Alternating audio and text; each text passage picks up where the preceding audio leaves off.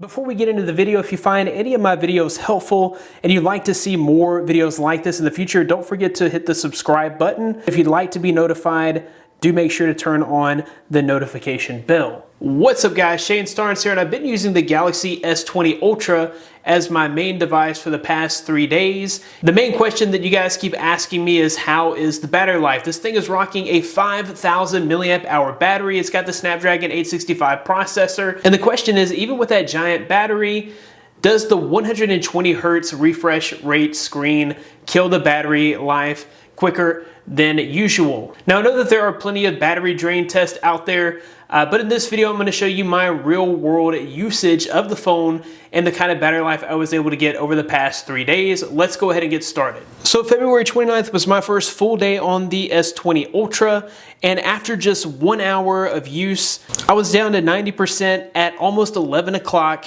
in the morning, and I'd had 1 hour of screen on time.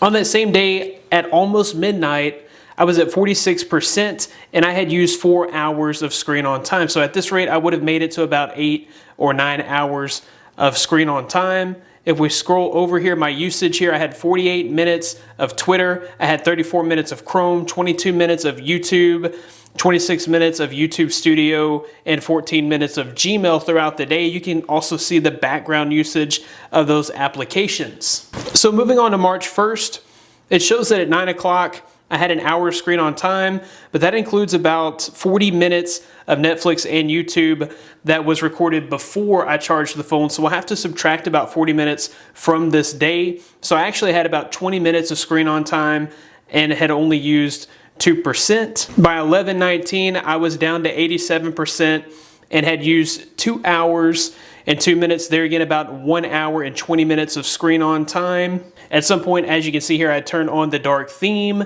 and at 4 o'clock, I was down to 60% with 4 hours roughly of screen on time if you subtract the YouTube and Netflix use before charging the phone.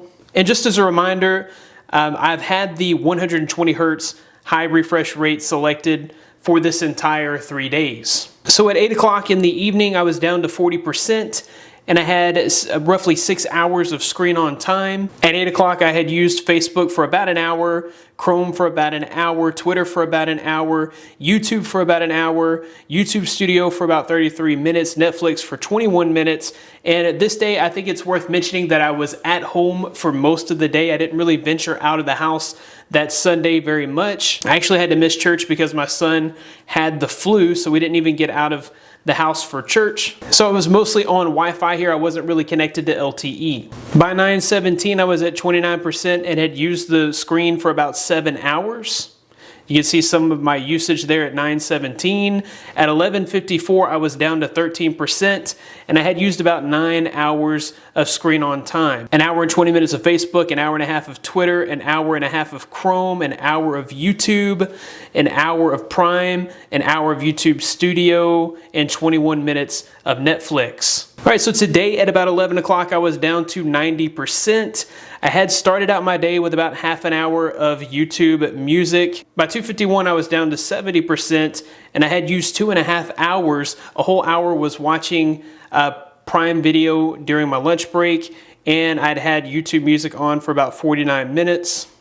You can see the Messenger used about 2.3%. I'd only opened that to respond to one message, but it ran in the background for 57 minutes and used up 2.5% of battery. So that brings us to right now. It's currently 9:05 in the evening. I've got 41% left. I've been out of the house most of the day, and I've been mostly on LTE with maybe an hour of my time spent on Wi-Fi. So if we go down to device care, battery usage, I'm at 4 hours of screen on time with 41% left. So at this rate, now that I'm on Wi-Fi, I'm trending to get 9 to 10 hours of screen on time.